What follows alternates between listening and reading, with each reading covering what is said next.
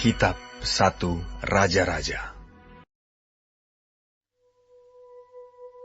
Dan sesudah beberapa lama, datanglah firman Tuhan kepada Elia dalam tahun yang ketiga. Pergilah, perlihatkanlah dirimu kepada Ahab, sebab aku hendak memberi hujan ke atas muka bumi. Lalu pergilah Elia memperlihatkan diri kepada Ahab. Adapun kelaparan itu berat di Samaria. Sebab itu Ahab telah memanggil Obadya yang menjadi kepala istana. Obadya itu seorang yang sungguh-sungguh takut akan Tuhan.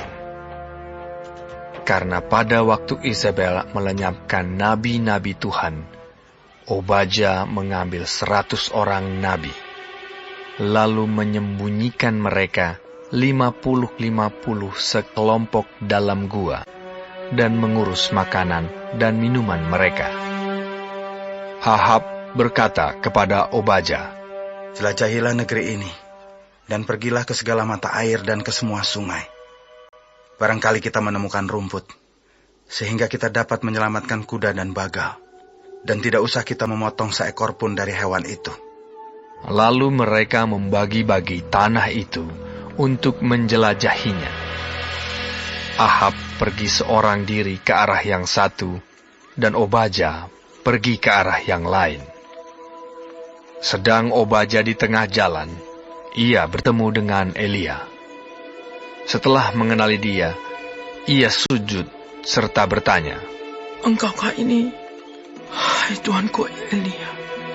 Jawab Elia kepadanya, "Benar, pergilah, katakan kepada tuanmu, Elia ada." Tetapi jawab Obadya, "Apakah dosa yang telah kuperbuat? Maka engkau hendak menyerahkan hambamu ini kepada Ahab, supaya aku dibunuhnya. Demi Tuhan Allahmu yang hidup, sesungguhnya tidak ada bangsa atau kerajaan yang tidak didatangi suruhan tuanku Ahab untuk mencari engkau. Dan apabila orang berkata, ia tidak ada, maka ia menyuruh kerajaan atau bangsa itu bersumpah bahwa engkau tidak ditemukan di sana. Dan sekarang engkau berkata, pergilah, katakan kepada tuanmu, Elia ada. Mungkin terjadi apabila aku sudah pergi daripadamu, roh Tuhan mengangkat engkau ke tempat yang tidak kuketahui. Kalau aku sampai kepada Ahab untuk memberitahukannya, dan engkau tidak didapatinya, tentulah ia akan membunuh aku. Padahal hambamu ini dari sejak kecil takut akan Tuhan. Tidakkah diberitahukan kepada tuanku apa yang telah kulakukan pada waktu Isabel membunuh nabi-nabi Tuhan? Bagaimana aku menyembunyikan 100 orang nabi-nabi Tuhan dalam gua, 50-50 sekelompok, dan mengurus makanan dan minuman mereka. Dan sekarang, mengapa engkau ini berkata, pergilah, katakan kepada tuanmu, Elia ada. Ia pasti akan membunuh aku."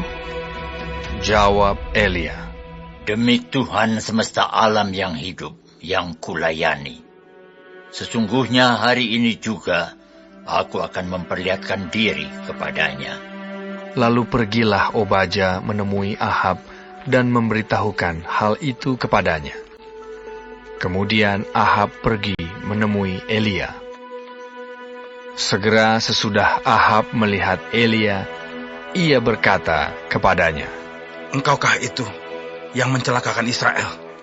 Jawab Elia kepadanya, "Bukan aku yang mencelakakan Israel, melainkan engkau ini dan kaum keluargamu, sebab kamu telah meninggalkan perintah-perintah Tuhan, dan engkau ini telah mengikuti para Baal. Sebab itu, suruhlah mengumpulkan seluruh Israel ke Gunung Karmel. Juga nabi-nabi Baal yang 450 orang itu. Dan nabi-nabi Asyera yang 400 itu. Yang mendapat makan dari meja istana Izebel. Ahab mengirim orang ke seluruh Israel dan mengumpulkan nabi-nabi itu ke Gunung Karmel.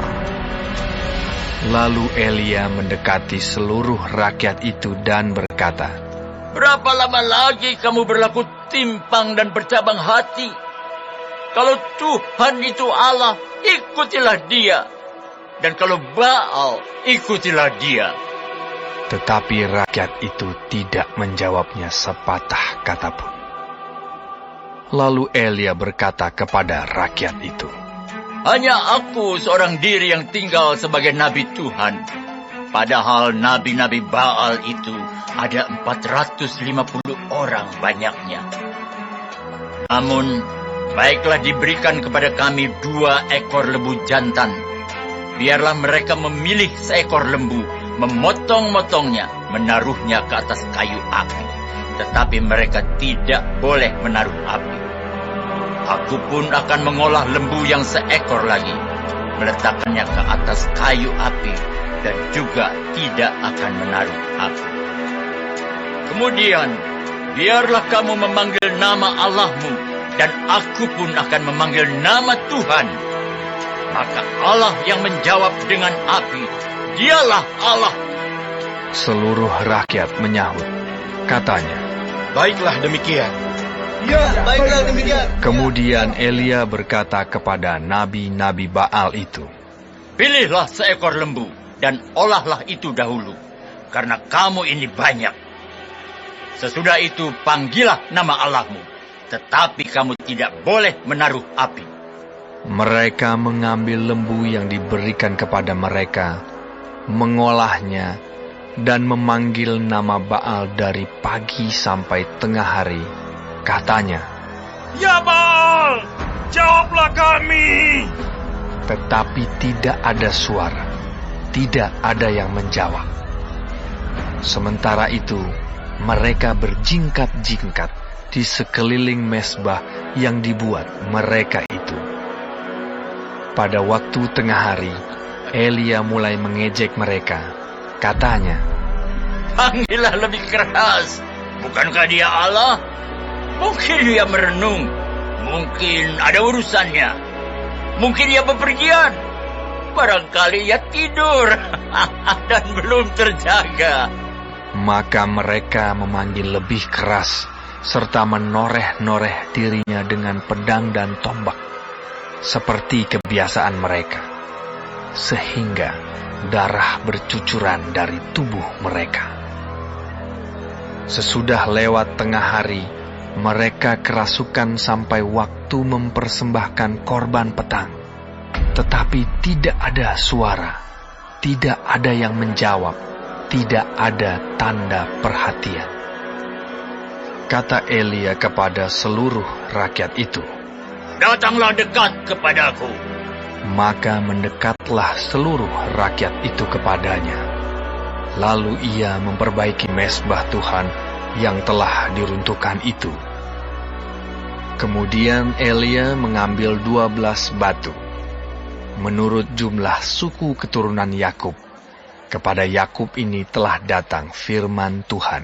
"Engkau akan bernama Israel."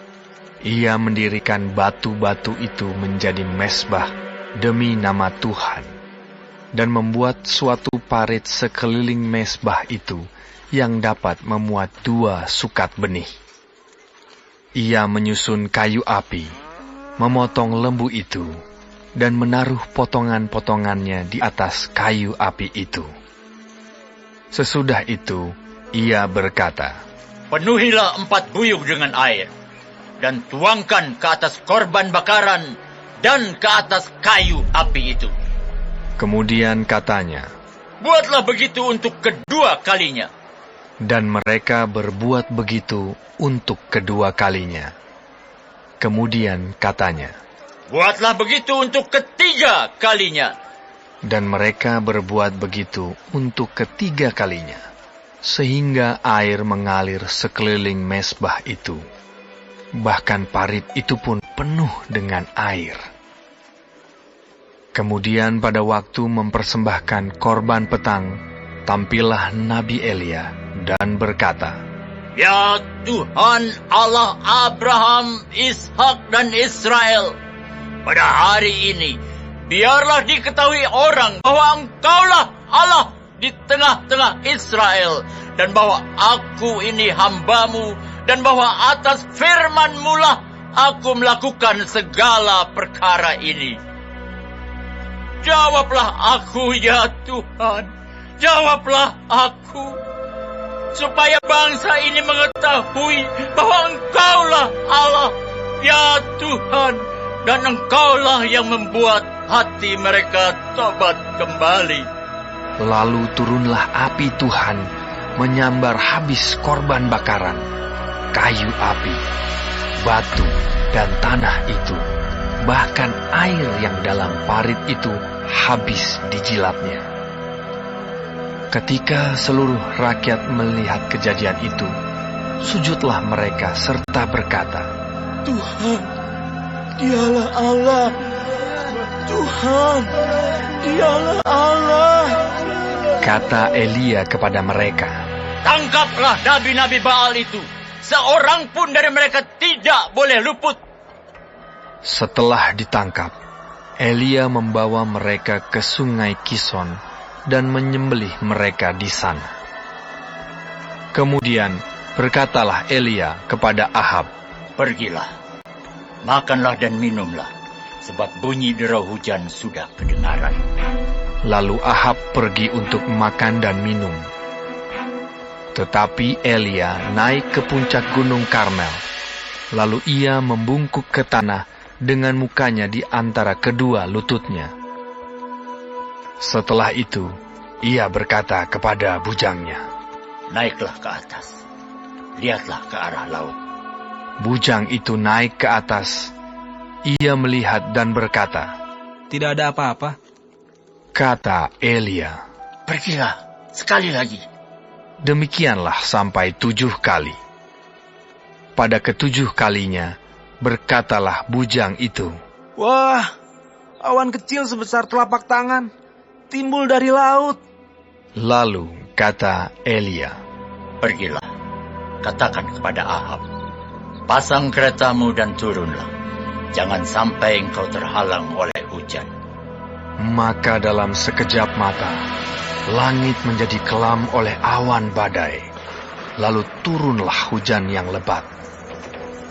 Ahab naik kereta, lalu pergi ke Yisrael. Tetapi kuasa Tuhan berlaku atas Elia. Ia mengikat pinggangnya dan berlari mendahului Ahab sampai ke jalan yang menuju Yisrael.